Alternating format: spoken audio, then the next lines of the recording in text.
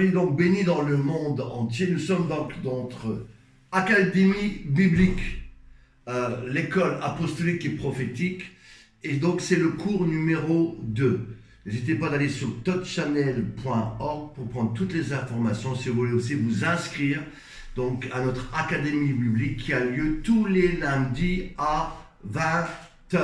Voilà, que Dieu vous bénisse. C'est donc dans ce cours numéro 2, n'est-ce pas, nous sommes sur la loyauté et la déloyauté. D'abord, chaque mois, je présenterai aussi un livre. Et là, je me permets de vous présenter ce livre-ci. Donc, Loyauté et déloyauté, de Doug Ewing Mills. C'est un excellent livre aux éditions Parchemin House. Et en tout cas, j'aimerais aussi m'inspirer sur ce livre, mais dans ce cours numéro 2, alors qu'on veut rentrer dans le ministère, travailler pour Dieu. Chacun cherche, n'est-ce pas, les dons, les onctions, les ministères. Et c'est vrai, c'est bien. Mais quelque chose de primordial. Et souvent qu'on a oublié, ce que Dieu cherche avant toute chose, c'est que tu sois fidèle, que tu sois loyal. Et j'aimerais donc voir 7 points importants du pourquoi être loyal, pourquoi être fidèle. N'oublions pas que dans 2 Timothée, il est dit « Ce que tu as entendu de moi, confie-le à des hommes fidèles ». Proverbe 20, verset 6. Un homme fidèle, loyal, qui va le trouver? On sait aussi que dans le Proverbe 17, un ami aime en tout temps, mais dans le malheur, il se montre un frère. Oui, ce que Michée, chapitre 6, demande, c'est que tu marches humblement avec ton Dieu, que tu marches dans l'intégrité et la loyauté. Matthieu 23, malheur à vous, scribes et pharisiens, parce que vous faites différentes choses, mais vous avez oublié la justice, la miséricorde et la fidélité, la loyauté. Oui, le psaume 89, justice, équité sont la base de ton trône, ô Dieu. Mais la bonté et la fidélité sont devant ta face. On sait que Dieu est fidèle, Deutéronome 32, 4, que, n'est-ce pas, sa fidélité et sa ceinture, Ésaïe 11, 4. Ruth était fidèle à Naomi en tout temps. Jonathan à Samuel 18, 3 fit alliance avec David parce qu'il aimait David plus que son âme. Oui, il y a une fidélité. Oui, Proverbe 13, 17. Un messager fidèle apporte la guérison. Un témoin fidèle ne ment pas. Proverbe 14. Mes amis, 2 Corinthiens 2. Restons fidèles à la parole. Nous devons apporter la fidélité. 2 Chroniques 31. Oui, et Dieu, si on fait cela, nous dira, c'est bien, Matthieu 25, bon et fidèle serviteur, comme tu as été fidèle dans ce que tu as fait, entre dans la joie de ton maître. Donc la fidélité, la loyauté, l'intégrité sont des choses primordiales si tu veux travailler pour Dieu, si tu veux exercer un ministère dans une équipe apostolique, prophétique, dans une église locale, dans un ministère international. La chose qu'on doit chercher d'abord, c'est la fidélité, c'est être intègre, c'est être loyal, spécialement dans les derniers temps où on se rend compte que les gens sont de plus en plus égoïstes, fanfarons, blasphémateurs, n'est-ce pas? Dieu, lui, ne change pas. Alors que tu veux rentrer dans le ministère, cherche à être loyal et fidèle, loyal envers Dieu, loyal envers ton prochain, loyal avec les équipes de ministère. Et donc, 7 raisons pourquoi être fidèle. D'abord, la loyauté est la qualité première qu'un ministre doit demander. N'est-ce pas? La fidélité, la loyauté, n'est-ce pas, de pouvoir travailler en équipe, ensemble, dans une église, entre collaborateurs. 1 Corinthiens 4, 2. Du reste, ce qu'on demande à des dispensateurs, c'est que chacun soit trouvé fidèle. Donc ce qu'on demande à des ministères, à des anciens, à des pasteurs, à des collaborateurs, à des prophètes, à des apôtres. 1 Corinthiens 4, 2. C'est qu'on demande, c'est que tu sois trouvé loyal, fidèle, intègre. Oui, on doit comprendre cela, c'est que La première chose, la base du trône de Dieu, c'est l'équité, l'intégrité, la fidélité, la loyauté. C'est la raison la plus importante, c'est que Dieu est fidèle. Et Dieu veut qu'on soit nous-mêmes fidèles et loyaux. Inutile de pouvoir dire, Seigneur, je vais accomplir des miracles, je vais prophétiser en ton nom, mais si tu n'es pas fidèle et loyal, Dieu va dire, je ne te connais pas, ouvrier d'iniquité. Alors qu'on veut, n'est-ce pas, marcher avec Dieu dans le ministère, sois loyal, sois intègre, sois fidèle. Oui, c'est ce que Dieu demande de toi, plus que jamais dans ces derniers temps, c'est la loyauté. Alors que Dieu vraiment nous aide, chacun, à être fidèle jusqu'à la fin, et nous recevrons la couronne de la vie éternelle. Deuxièmement, Dieu veut qu'on soit loyal parce que on est dans les derniers temps. La stratégie de l'ennemi, on le sait très bien, c'est d'attaquer l'Église et spécialement d'attaquer les serviteurs de Dieu.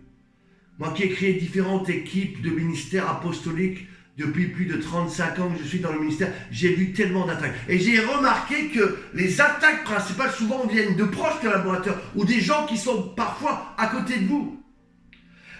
Ce qu'on appelle le principe de la 5e colonne est très important. On sait que dans la guerre, que ce soit dans la guerre 14, 18 ou dans les guerres qui ont lieu en 500 après Jésus-Christ, n'est-ce pas, il y a eu ce qu'on appelle les attaques de la 5e colonne. La 5e colonne, on l'a vu aussi, s'infiltrer dans ce qu'on appelle le cheval de Troie, lorsque, n'est-ce pas, l'ennemi ne sachant pas attaquer dans la ville, rentrer à cause de l'armée et des murailles, qu'est-ce qu'ils ont fait? Ils ont mis un cheval, ils ont su faire rentrer un cheval à l'intérieur, et ils n'avaient pas compris que dans le cheval, il y avait des hommes. L'attaque est venue de l'intérieur et c'est de l'intérieur qu'ils ont détruit cette ville et qu'ils ont gagné la victoire.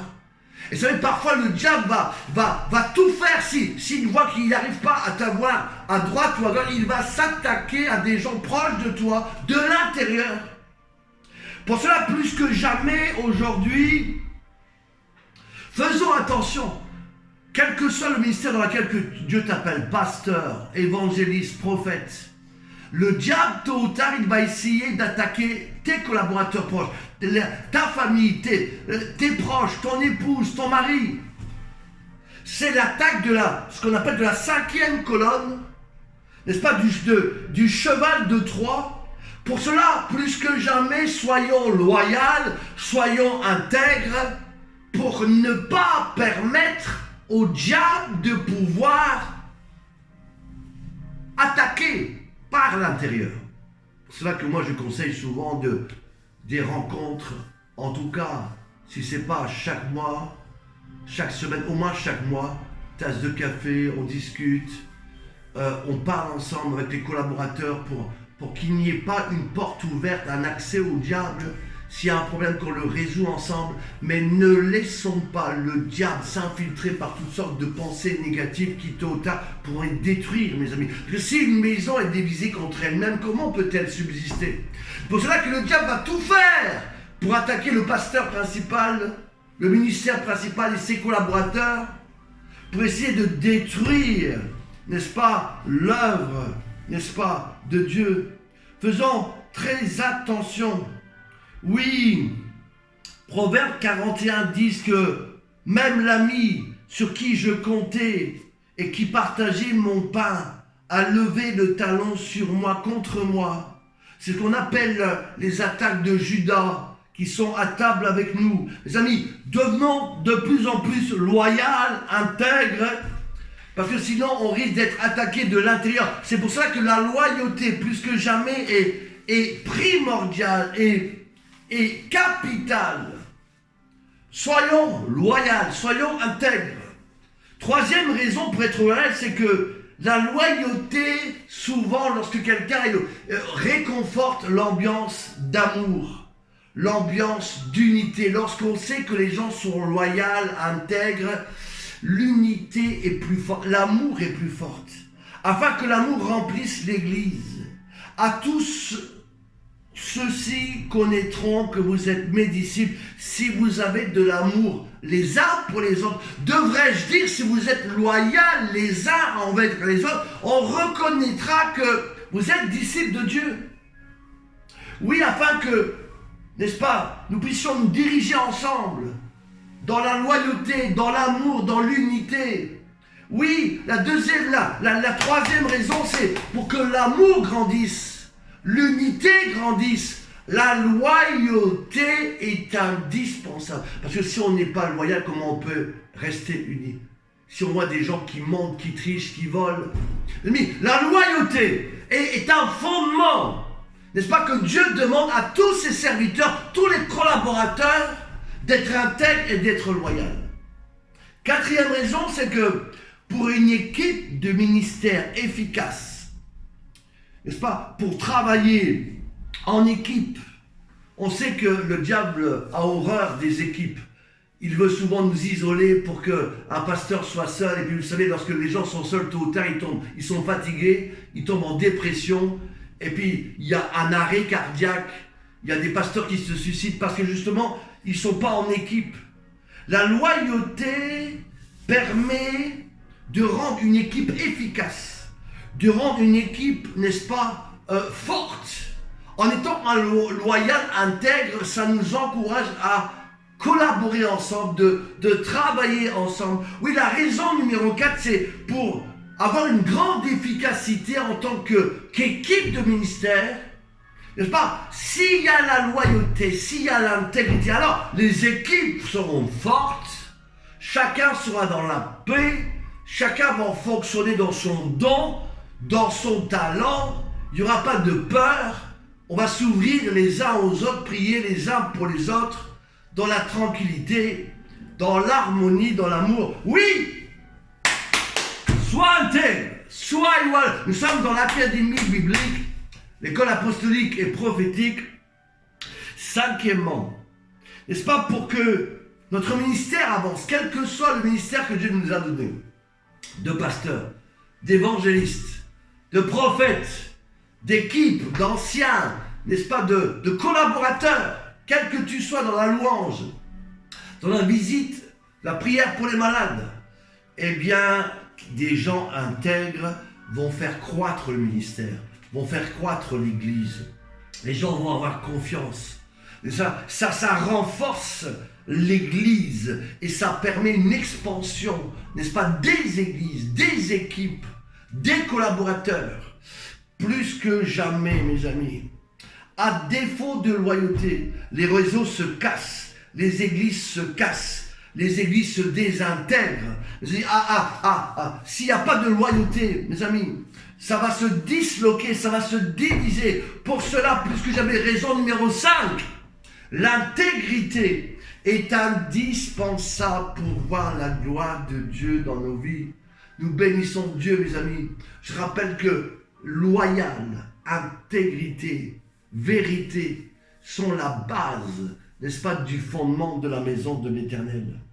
Sixièmement, pour un ministère qui dure.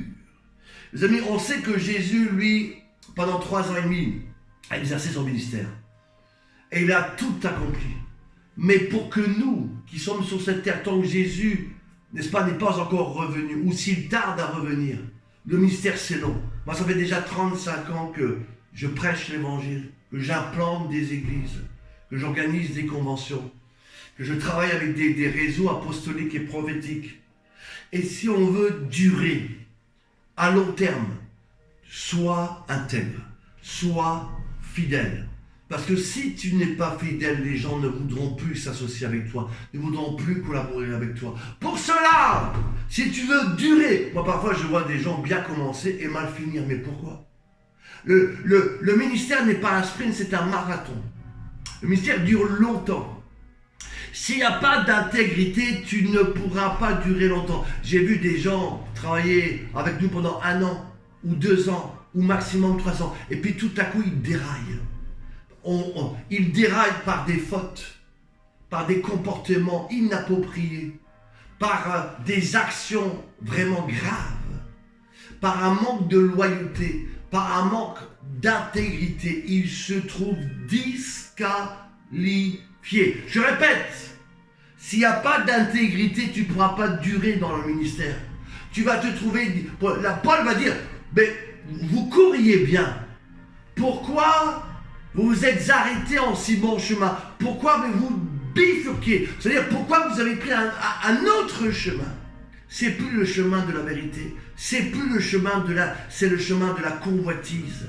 Le chemin de l'impureté. Le chemin de la division, des murmures. Le chemin, n'est-ce pas, des fausses doctrines. Le chemin de la division. Qu'est-ce qui vous a arrêté? Mes amis, si tu veux durer dans le ministère, raison numéro 6, sois intègre, sois loyal. Le lion de Juda rugit dans cette académie biblique, dans l'école apostolique et prophétique. Inscrivez-vous tous les lundis à 20h, n'est-ce pas? En plus, c'est enregistré, vous pouvez suivre les cours quand vous le pouvez. Raison numéro 7. Comprenons que si tu es fidèle, si tu es intègre, alors tu auras une récompense. J'ai toujours dit, oui, on est sauvé par la foi, mais les œuvres sont importantes. J'allais dire, montre-moi tes œuvres et je pourrais comprendre ta foi. La Bible déclare aussi que nos œuvres nous suivent. Et, mes amis, Dieu va dire que si vous persévérez avec moi, alors je disposerai du royaume en votre faveur. Luc 22, 28. Vous êtes ceux qui avez persévéré avec moi dans mes épreuves. C'est pour cela je dispose le royaume pour vous en votre faveur. Oui, si tu as été fidèle dans les choses que je t'ai confiées, alors Dieu va te bénir. Dieu va te dire, oui, tu as été fidèle, même dans les peu de choses, je vais te confier de plus grandes. Rentre dans la joie de ton bien. Oui, l'intégrité, raison numéro 7, la loyauté nous apporte des récompenses. Gloire à Dieu. Les amis, Dieu va nous récompenser. L'intégrité est d'une grande valeur aux yeux de Dieu. La fidélité, la loyauté, la vérité. Sois intègre, sois vrai. Et Dieu va te récompenser d'une manière très grande. Que vraiment Dieu nous fasse prospérer dans l'intégrité, qu'on grandisse de plus en plus dans cette vérité, dans cet amour les uns pour les autres. Donc, pour les ministères, la première chose que Dieu nous demande, c'est que tu cherches des gens qui sont intègres, collabore avec des gens qui sont intègres, n'est-ce pas? Recherche des gens qui sont intègres, sois intègre et loyal, et tu seras béni, et tu pourras être une bénédiction pour les autres. Après donc, c'est 7 raisons pour être loyal, pour être intègre. J'aimerais parler de 7 pas, n'est-ce pas, qui malheureusement peuvent nous amener à la déloyauté, ou 7 signes qui montrent, attention, danger, ou 7 étapes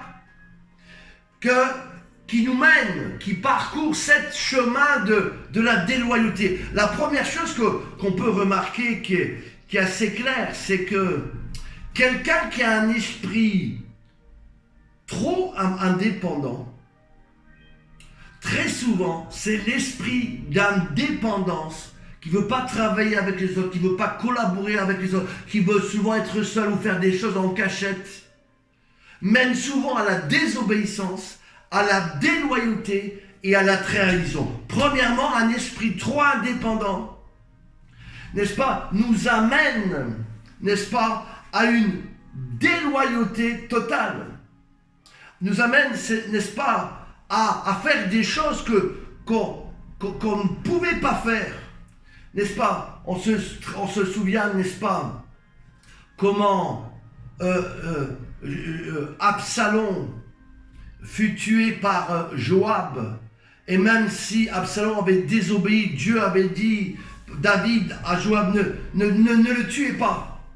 Mais malheureusement, Joab n'a pas obéi à David. Il a tué Absalom en le perçant, n'est-ce pas, près de l'arbre. De la même manière, n'est-ce pas, avec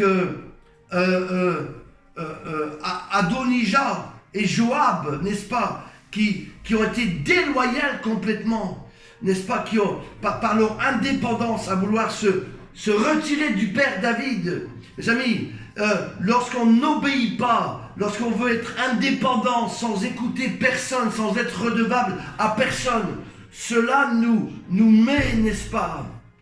Joab envoya sur les traces d'Abner des messagers qui le ramènèrent. Joab le tira à l'écart, comme pour lui parler en secret, et le tua. 2 Samuel 3, 26. Pourtant, David n'avait pas voulu cela, n'est-ce pas?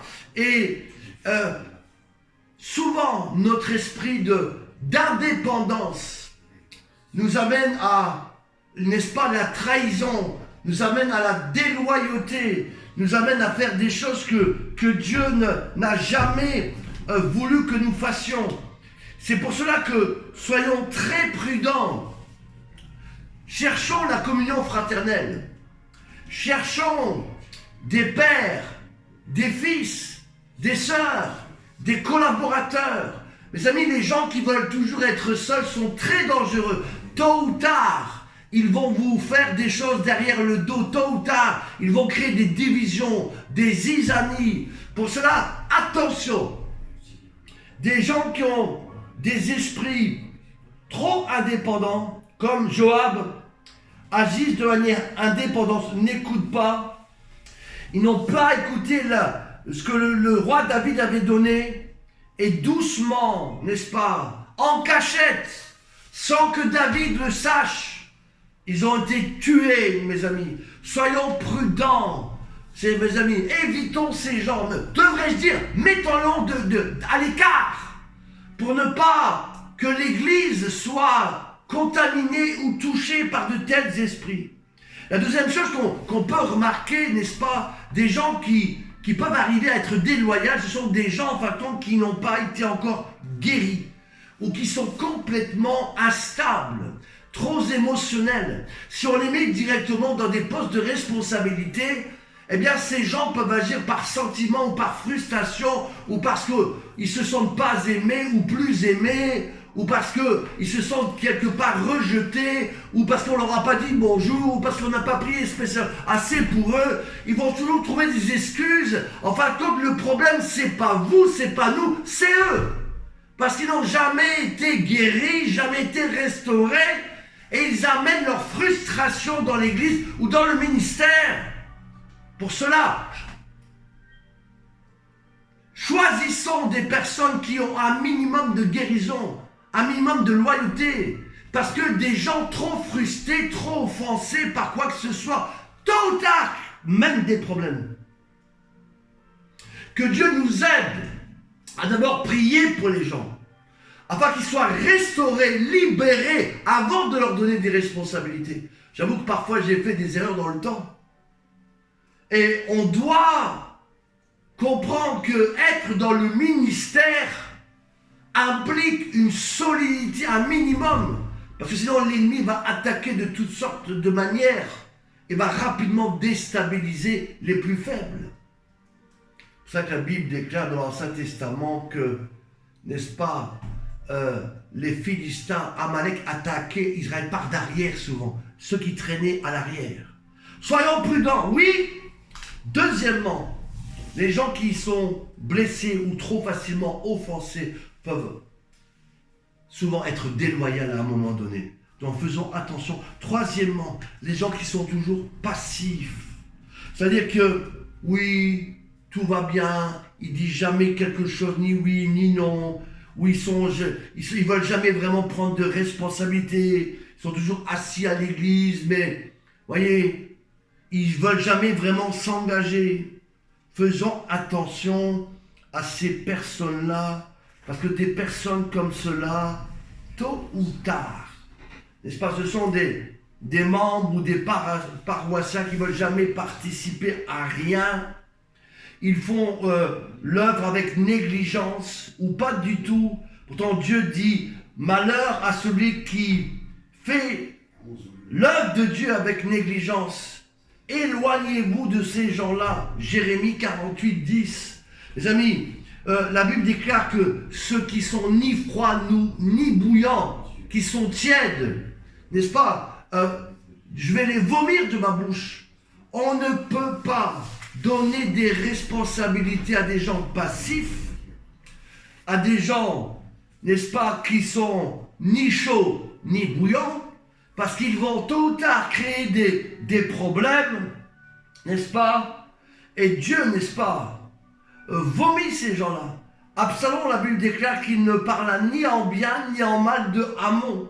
2 Samuel 13, 22. Il n'a rien dit. Il a fait semblant qu'il n'y avait pas de problème. Et pourtant, il va plus tard donner à ses serviteurs, lorsque vous verrez Amon, n'est-ce pas? Prenez-le de côté et tuez-le.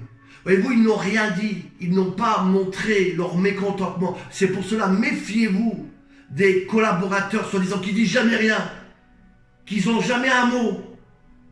Parce que c'est peut-être là qui vont vous trahir en premier. Mes amis, soyons prudents. Les gens qui sont toujours silencieux, qu'on ne voit pas, qui sont passifs, qui ne disent rien, qui font rien, c'est peut-être un signe que tôt ou tard, ces gens-là vont vous, n'est-ce pas, être déloyaux avec vous. Donc ne donnez pas des gens, à ces gens-là, des responsabilités. Quatrièmement, dès qu'on voit des gens qui sont toujours pour un oui, pour un non, en train de murmurer ou de critiquer, mes amis, cela n'est pas de Dieu. Ce sont des gens charnels. Je me souviens de ces puits, n'est-ce pas, Sitna, ce puits, n'est-ce pas, qui était un puits en fin de compte charnel. Et Dieu n'aime pas les gens qui restent comme les poules, n'est-ce pas, dans le cocotier, qui sont toujours au niveau de la terre, qui ne veulent pas aller plus loin, voler comme l'aigle. Mes amis, ce sont des gens qui, pour un oui, pour un non, murmurent, pour la couleur de l'église, la couleur des chaises, parce que la sœur est arrivée, n'est-ce pas, avec une robe violette le dimanche, et on murmure, on critique, et surtout le pasteur, oui, on lui dit bonjour quand on rentre à l'église, mais après on le critique par derrière toute la semaine. Mes amis, des gens comme ça ne peuvent pas avoir des responsabilités dans l'église. Ce sont des gens qui vont tôt ou tard être déloyaux, tôt ou tard qui vont vous mettre de côté ou critiquer, voire diviser. On se souvient de Nombre 12, hein. C'est un classique dans l'Ancien Testament, de Marie, de Aaron, n'est-ce pas? Oui, Moïse, oui, on sait que tu es un grand prophète, mais nous aussi on prophétise comme toi, nous aussi on peut prêcher, nous aussi on peut faire ceci, hein?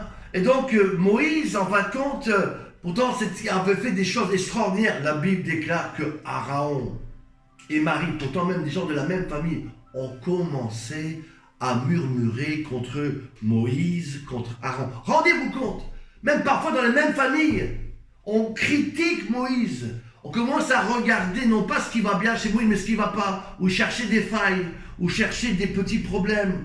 Ou là, par exemple, parce qu'il avait pris une femme étrangère, on commence à lui dire, oui, Moïse, oh, tu n'es pas digne, Moïse ceci, Moïse cela. Et on crée des clans. Oui, moi je suis de Paul, moi je suis de Barnabas. On crée des clans dans l'église, des divisions, des disputes. Mes amis, ce n'est pas bon. Des gens qui agissent comme ça créent des divisions dans l'église, créent des séparations, créent des divisions dans l'équipe de ministère. J'ai vu, malheureusement dans le passé, des choses comme cela arriver. Et des gens-là créent des problèmes, mes amis. Non, Dieu n'a pas repris Moïse. Dieu a dit à Aaron et à Marie, comment osez-vous critiquer Moïse? Avec Moïse, je parle face à face, non pas à vous. Vous n'avez pas une relation intime avec moi. Je ne vous ai pas appelé comme j'ai appelé Moïse. Comment osez-vous critiquer Moïse? Souvent, mes amis, des gens, parce que voilà, ils commencent à monter, on leur donne de prêcher, on leur donne des églises, ils pensent qu'après ils peuvent tout se permettre. Moi, j'ai vu des gens que j'ai commencé à les faire prêcher tous les dimanches, et tout à coup, ils ont attrapé ce que j'appelle la grosse tête. Tout à coup, des gens qui étaient gentils commencent à critiquer. Par derrière, j'entends des choses incroyables. On forme des clans. Ah, moi, je vous dis, vous savez, je ferais mieux que Claudio, mieux que... Oh là là là là là. Et ça crée des rivalités, ça crée des divisions. Ce sont les renards qui viennent ravager la vigne. Attention à l'esprit de critique, ça mène à la déloyauté, ça mène à la désunion. Que Dieu nous aide à ne pas être cet esprit de critique. Vous savez, la Bible déclare que la langue est comme, vous savez, le son d'un navire. C'est petit, mais ça fait bouger tout un navire. Un simple membre murmure, c'est comme le serpent qui vient vous piquer, l'esprit du serpent, le python, n'est-ce pas? Cette langue des pharisiens, des sadduciens qui murmuraient tout le temps contre Jésus, contre les apôtres. Mes amis, c'est ces gens qui pensent toujours faire meilleur que les autres alors qu'ils n'ont jamais rien fait de leur propre vie. Mes amis, que Dieu nous aide. Vous qui regardez, on est dans l'académie biblique. La chose la plus importante que Dieu te demande, c'est l'intégrité, la loyauté. N'attrape jamais un esprit de murmure, de critique, parce que ça va te disqualifier. Et Dieu lui-même va te le reprocher sévèrement, et Dieu pourra même te punir sévèrement. Marie, à cause de cela, a reçu la lèpre, rendez-vous compte. Heureusement que Moïse a prié pour elle. Mes amis, soyons prudents. Aussi, cette révolte de Corée, oui Moïse, oui Moïse. Vous savez ce que Dieu a fait? Il a fait venir tous ces gens, et la Bible dit que la terre s'est ouverte. Ils sont tous tombés morts. Mes amis, la langue est un petit membre qui peut faire beaucoup de destruction dans l'équipe de ministère, dans ta vie, dans l'église, dans le monde entier. Soyons prudents, n'attrape pas cet esprit qui parle, qui murmure comme le serpent dans le jardin d'Éden. Est-ce que Dieu a réellement dit? On crée déjà le doute pour créer le murmure, la division, qui nous amène à la désobéissance. Soyons prudents! Ne tombons pas dans le piège que j'appelle le piège des murmures subtils, critiques, pour mettre le doute, pour mettre la suspicion et pour créer la division. Que Dieu nous garde! Parce que Dieu viendra un jour, mes amis, régler les comptes à chacun selon ce que tu as agi, ce que tu as dit. Plus que jamais aujourd'hui, soyons intègres, alléluia, soyons loyaux, soyons vrais. Cherchons le bien des gens, la vérité. Et c'est Dieu nous met dans des équipes, dans une église, c'est pour se bénir les uns les autres, pour grandir ensemble dans la communion, dans la vérité, dans l'amour du prochain, n'est-ce pas? Et qu'on se prépare ensemble jusqu'à ce qu'un jour le Seigneur viendra rechercher son église. Cinquièmement, attention, on peut devenir déloyal dans ce que j'appelle la politique de la séduction et manipulation qui nous amène à voler. N'est-ce pas? On se souvient très clairement, n'est-ce pas, que Absalom, pourtant fils de David, c'est ce qu'il a essayé de faire.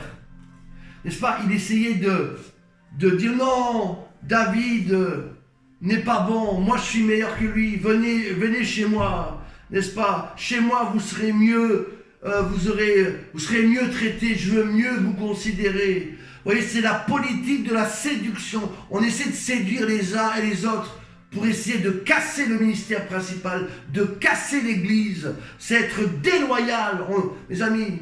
C'est un esprit de manipulation. En fin de compte, on approche l'église pour la voler par des esprits de séduction, on approche le responsable principal pour en fin de compte, tôt ou tard le séduire et voler de lui, voler les gens qui sont autour de lui, voler dans l'église, n'est-ce pas, voler tout ce qu'il y a. Regardez Absalom, que devrais-je dire aussi d'Adonijah. Ils ont tout fait pour manipuler les gens, pour en fin de compte voler tout ce qu'il y avait à David. Rendez-vous compte. N'est-ce pas? Ce sont des gens qui veulent se construire, en fin de compte, en démolissant l'autre, en volant ce cachait les autres. C'est quelqu'un qui veut vivre en faisant mourir les autres. C'est quelqu'un qui veut se justifier soi-même en salissant les autres. Mes amis, combien de fois j'ai vu ça malheureusement depuis 33, 35 ans, des gens qui viennent chez nous, dans nos églises, qui après commencent, oui non, il faut quitter parce que moi, nous, on va commencer un groupe là-bas, une église là-bas, vous allez voir, ça va être meilleur, tu seras considéré, là au moins tu pourras prêcher, là au moins tu pourras prophétiser, ou je ne sais pas, qu'est-ce qu'on va raconter? C'est la politique de la séduction, de la manipulation. Et si on rentre dans ce jeu-là, tu deviens déloyal envers les promesses que tu as faites devant Dieu et devant un ministère. Je peux comprendre que parfois des ministères doivent partir d'un pays ou aller dans autre part ou rejoindre une autre vision en Israël ou quoi. Mais alors soyez justes. Que tout se fasse dans la paix, on prie pour vous. Et le ministère est envoyé par Dieu avec la bénédiction de Dieu. Mais des gens qui séduisent pour manipuler, pour voler, en cachette bien souvent. En fin de compte, pour prendre ce qui appartient aux autres. Ça, c'est la déloyauté totale. 2 Samuel 15 nous dit qu'Absalom était en train de gagner tous les gens qui étaient autour de David. C'est très grave. 2 Samuel 15.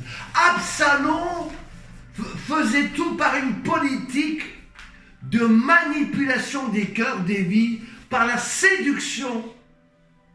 Les amis, attention à la séduction et à la manipulation qui rentrent aujourd'hui dans les églises. Oui, si tu viens chez moi, je vais te faire ceci.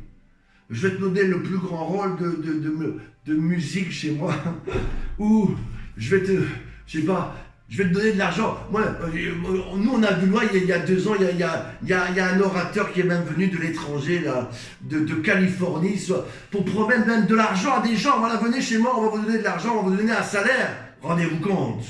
Il y a des gens qui sont pris à tout pour manipuler, pour séduire, pour attirer des jeunes de l'église.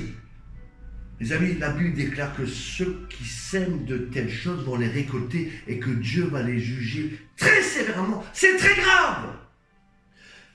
La manipulation, la séduction pour pousser des gens à quitter votre ministère, votre église, c'est très très grave. Vous savez, ça nous pousse à la déloyauté. C'est pour ça qu'on voit des gens pareils qui agissent par séduction, par manipulation.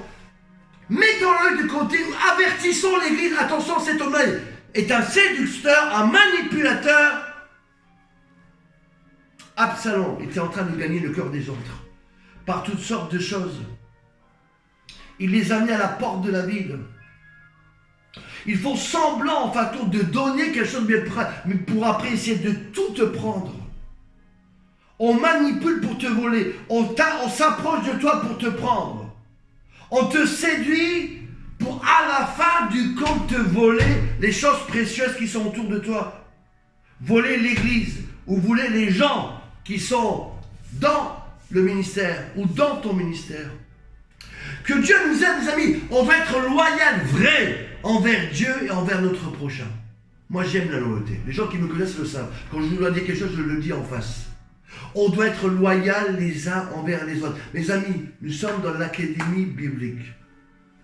La loyauté, l'intégrité, c'est cours numéro 2, est quelque chose de tellement important. La déloyauté ne fait pas partie des choses de Dieu.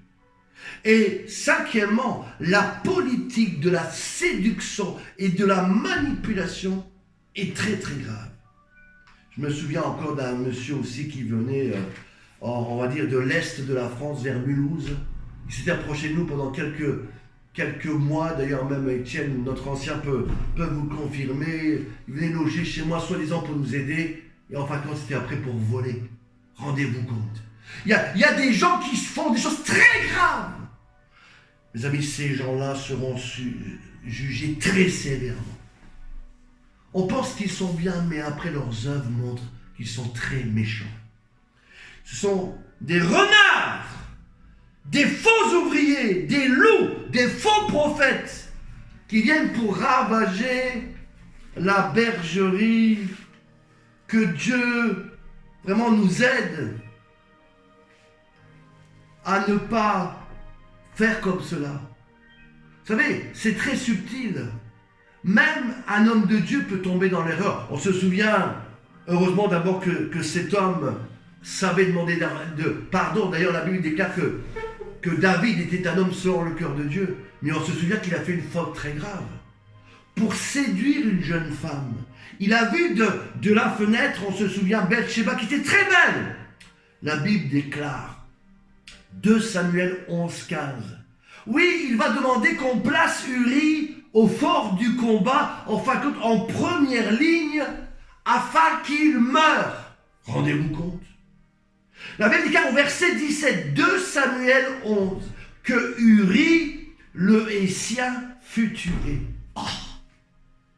Voyez-vous, même un homme de Dieu, s'il ne fait pas attention, peut rapidement glisser dans la manipulation. Et heureusement que Dieu aimait David et que David aimait Dieu. Dieu envoya rapidement son prophète Nathan pour parler d'un homme riche qui vola la brebis, la seule brebis que ce pauvre avait. Oh, David commençait à pleurer. Non, il faut condamner. Tu as dit tuer cet homme-là. David pleura. David demanda pardon à Dieu. David se mit à genoux. Oh Dieu, pardonne-moi. C'est ce qu'il faut faire. Si on fait une erreur un jour, mes amis, demandez tout de suite pardon à Dieu. Revenez à Dieu avant qu'il soit trop tard, parce que la loyauté est très importante devant Dieu. David pria, pleura, jeûna. Dieu le pardonna, gloire à Dieu. Mais il eut quand même une conséquence, il perdit son premier-né, son fils. Vous savez, il y a toujours des conséquences. Mais heureusement, Dieu aimait David. Et surtout, David aimait Dieu. Il était un homme selon son cœur. Pourquoi? Parce qu'il savait demander pardon, parce qu'il savait se repentir, parce qu'il savait reconnaître ses torts. Pour cela, mes amis, pour tenir dans le ministère longtemps, sachons être humbles, sachons être vrais. Si on a fait une erreur, dites, pardonne-moi. Tout de suite, ne passez pas une journée sans demander pardon à Dieu. Moi, les gens qui me connaissent le savent, c'est une de mes forces, c'est que je n'ai pas de problème de demander pardon. On doit savoir s'humilier. Celui qui s'abaisse sera élevé. Est-ce qu'on peut dire amen? Celui qui s'abaisse sera élevé. La loyauté a du prix devant l'Éternel. Nous sommes dans l'académie biblique. Ce cours est peut-être un des cours les plus importants. La loyauté, la vérité, l'intégrité sont la base du fondement de la maison de Dieu. Ne devenons pas méchants. Je me souviendrai tout le temps de cette conduite abominable. Vous allez me dire qu'elle n'était pas chrétienne, mais il y a même des chrétiens qui agissent comme elle. Jézabel. Vous la trouvez dans 1 Roi chapitre 21. C'est scandaleux. Elle voit arriver son mari Akab. Akab qui n'est-ce pas, qui voulait prendre un terrain. Et il est parti vers Naboth et Naboth ne voulait pas lui vendre ni sa vigne ni son terrain. Naboth n'avait que ce terrain-là, cette vigne-là, et il voulait la garder pour lui. La Bible déclare que Akab est revenu triste. Jézabel lui a dit, mais pourquoi es-tu triste? Non, parce que Naboth ne veut pas me donner son terrain. Jézabel méchante, comme elle est, envoya des gens. 1 Roi 21 appela les notables de la ville pour qu'on lapide Naboth. Et lorsque Naboth fut mort, Jézabel dit à Akab, maintenant que Naboth est mort, va prendre possession de sa vigne et de son terrain. Rendez-vous compte. Vous allez me dire, oui, mais c'est Jézabel. Vous savez qu'il y a des soi-disant des chrétiens ou des soi-disant pasteurs qui agissent de la même manière, qui sont là, par exemple, prêts ou qui cherchent, qui attendent la mort de quelqu'un dans l'église pour récupérer l'héritage, ou qui, n'est-ce pas, manipulent par toutes sortes de manières pour prendre quelque chose qui ne leur appartient pas, qui discrédite des frères, des gens, des ministères, pour voler un terrain, ou je ne sais pas, ou une vision, ou une maison. C'est très grave. Attention, cette chose grave, mes amis, Dieu va juger ces gens-là. La Bible déclare que dans 2 Rois 9, 33, il fit envoyer Jéhu, qui alla vers Jézabel et la fit jeter par la fenêtre, et Jézabel mourut selon la parole de l'Éternel, et toute sa chair fut mangée par les oiseaux. Mes amis, ce qu'on sème, tôt ou tard, on le récolte. Oui, attention à la séduction, à la manipulation en vue de voler, en vue de prendre des choses qui ne t'appartiennent pas. C'est de l'usurpation, c'est du vol, c'est du détournement, c'est de la déloyauté. Moi, je suis choqué parfois de voir des soi-disant pasteurs qui veulent collaborer avec toi. En fin de compte, c'est pour te prendre quelque chose. Prendre quelqu'un à côté de toi, ou carrément ton église, ou carrément un groupe de maisons. C'est grave, c'est de la déloyauté. Dieu jugera sévèrement ces soi-disant ministères de Dieu, soi-disant chrétiens. Oui, Paul va dire, acte 20, 29, prenez garde, car je sais qu'il s'introduira parmi vous, après mon départ, des loups cruels, ravageurs, des gens qui n'ont aucun état d'âme, qui sont prêts à tuer frères, mères, sœurs, pour voler et pour prendre. Malheur, mes amis, c'est vrai qu'il faut que des scandales arrivent, mais la Bible dit malheur, Matthieu 18, 7, malheur à l'homme par qui le scandale arrive. Si tu es déloyal, le malheur va s'abattre sur toi. Oui, faites attention. Ne touchez pas, mes amis, aux gens de Dieu, aux choses saintes de l'Éternel. Parce que sinon la fureur de Dieu risque de se retourner très méchamment contre vous. Sixièmement, la déloyauté attrape souvent ceux qui, par la tromperie, par leur comportement orgueilleux, deviennent déloyaux. C'est vrai que Jésus a dit que celui qui croit en moi fera des œuvres plus grandes que moi, Jean 14. Mais attention, Jésus a dit que, Jean 13, que le serviteur n'est pas plus grand que son maître, ni l'apôtre plus grand que celui qui l'a envoyé. Voyez-vous, il y a des gens qui, vous les mettez dans le ministère et puis après ils deviennent tout orgueilleux, prétentieux. Ils se trompent eux-mêmes, ils croient qu'ils peuvent maintenant faire tout. Et souvent, ça les amène après à la déloyauté de trahir ceux qui les ont envoyés ou leurs responsables spirituels. Ils pensent que maintenant, ils n'ont plus besoin de personne. Ils crachent dessus, ils vomissent dessus. Pourtant, ceux qui les ont bénis, ceux qui ont prié pour leur ministère, qui les ont oints, qui les ont consacrés comme apôtres, prophètes, ils renient leur propre père spirituel.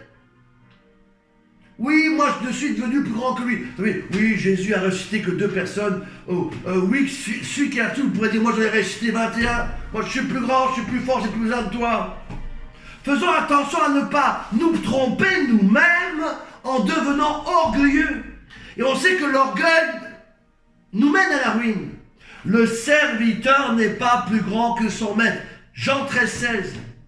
Quoi qu'on fasse, quoi que tu puisses faire, ne deviens pas orgueilleux. Reste simple, reste humble. L'humilité, mes amis, est une qualité extraordinaire. Oui, la Bible déclare que tu étais un chérubin, Ézéchiel 28, protecteur, je t'avais placé pourtant. Parlant du diable. Tu étais plein de sagesse, Ésaïe 28, parfait en beauté. Mais ton cœur s'est élevé, Ézéchiel 28, 17. C'est pour ça que ton cœur s'est élevé et que tu as été précipité. Mes amis, ne devenons pas orgueilleux. Ne nous trompons pas nous-mêmes en pensant qu'on devient meilleur que les autres, meilleur que ceci, meilleur que cela. On a toujours à apprendre. Je suis heureux d'apprendre que Bénin actuellement est en train de demander pardon pour différentes choses, alors qu'il a près de 70 ans. On doit toute notre vie apprendre, demander pardon quand il le faut, savoir être humble, savoir reconnaître ses torts. Ne devenez jamais sûr de vous-même, orgueilleux, parce que c'est l'annonce de votre chute. C'est l'annonce que vous allez être déloyal envers Dieu, déloyal envers votre prochain, déloyal envers vos collaborateurs, l'Église et le ministère principal. Septièmement, on va devoir terminer, bientôt que l'heure approche. On arrive à ce qu'on appelle la rébellion ouverte, l'exécution qui, n'est-ce pas, en agissant directement dans une rébellion ouverte qui est exécutée, t'amènera, sache-le, à un jugement direct de la part de Dieu. Vous qui m'écoutez, nous sommes dans l'académie biblique. Souvenez-vous donc de Lucifer, qui non seulement a trahi Dieu, non seulement a été déloyal, mais a fait venir avec lui un tiers des anges. Attention de ne pas suivre non plus des gens qui sont dans la rébellion et que vous allez les suivre.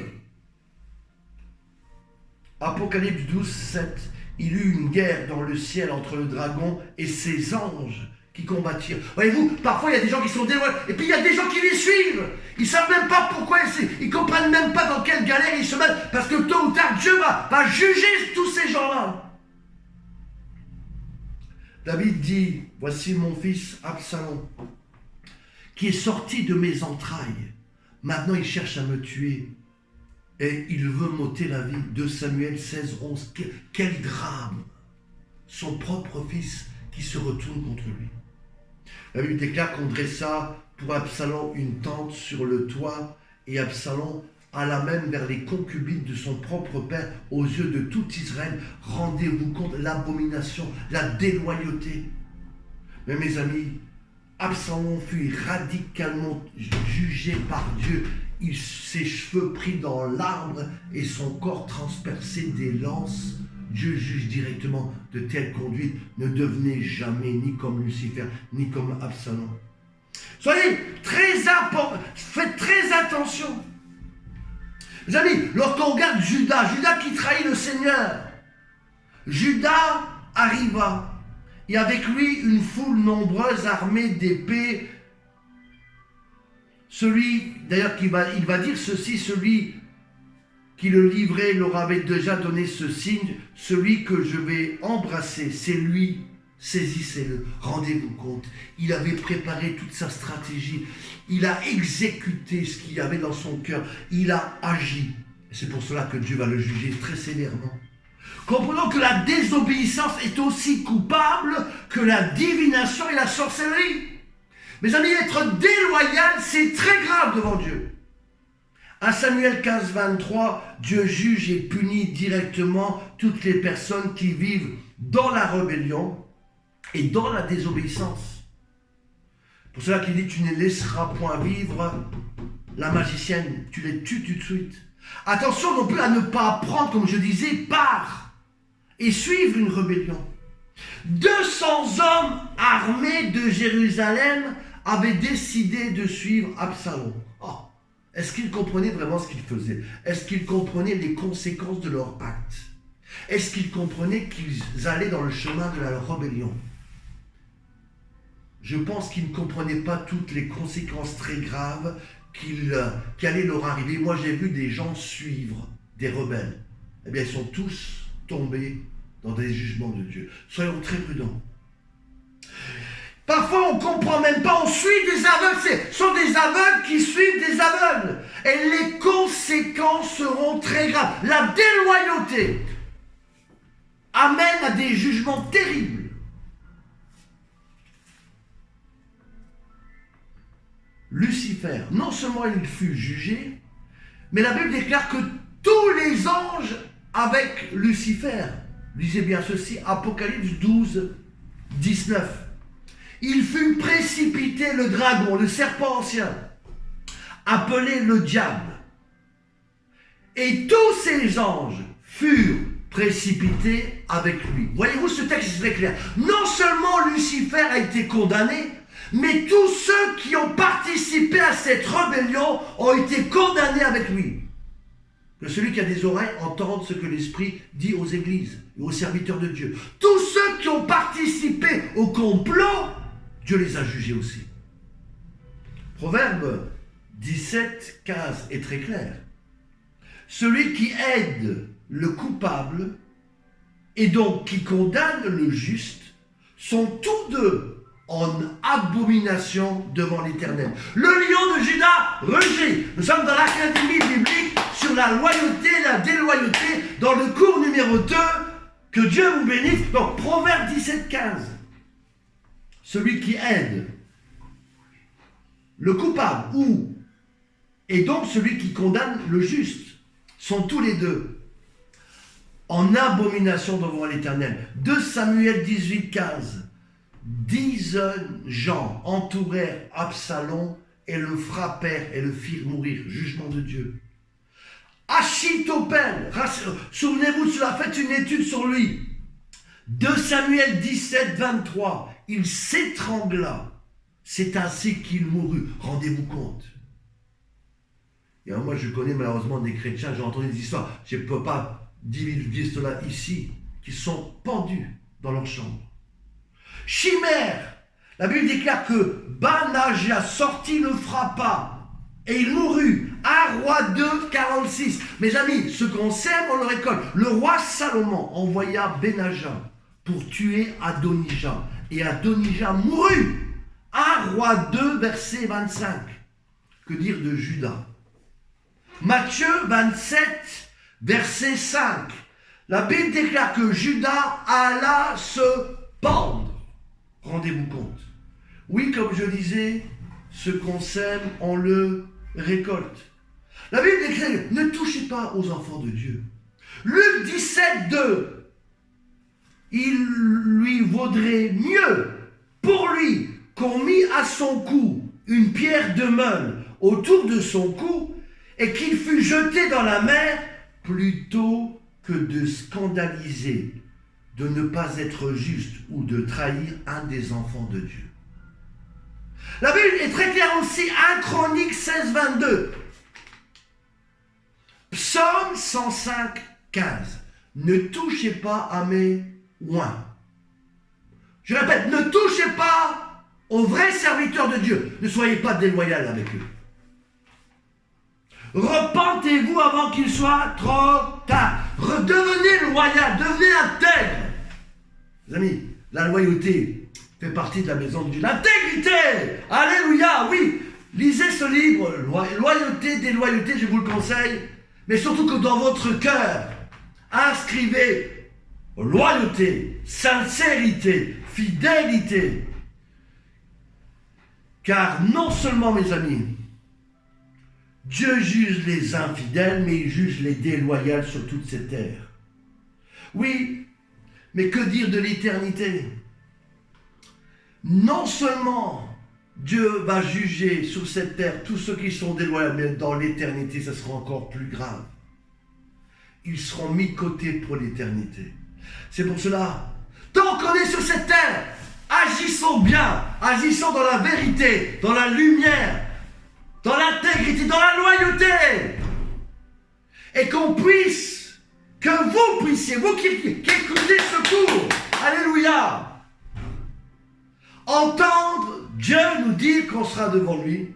Bien, bon et fidèle serviteur. Bien, devrais-je dire, bon et loyal serviteur.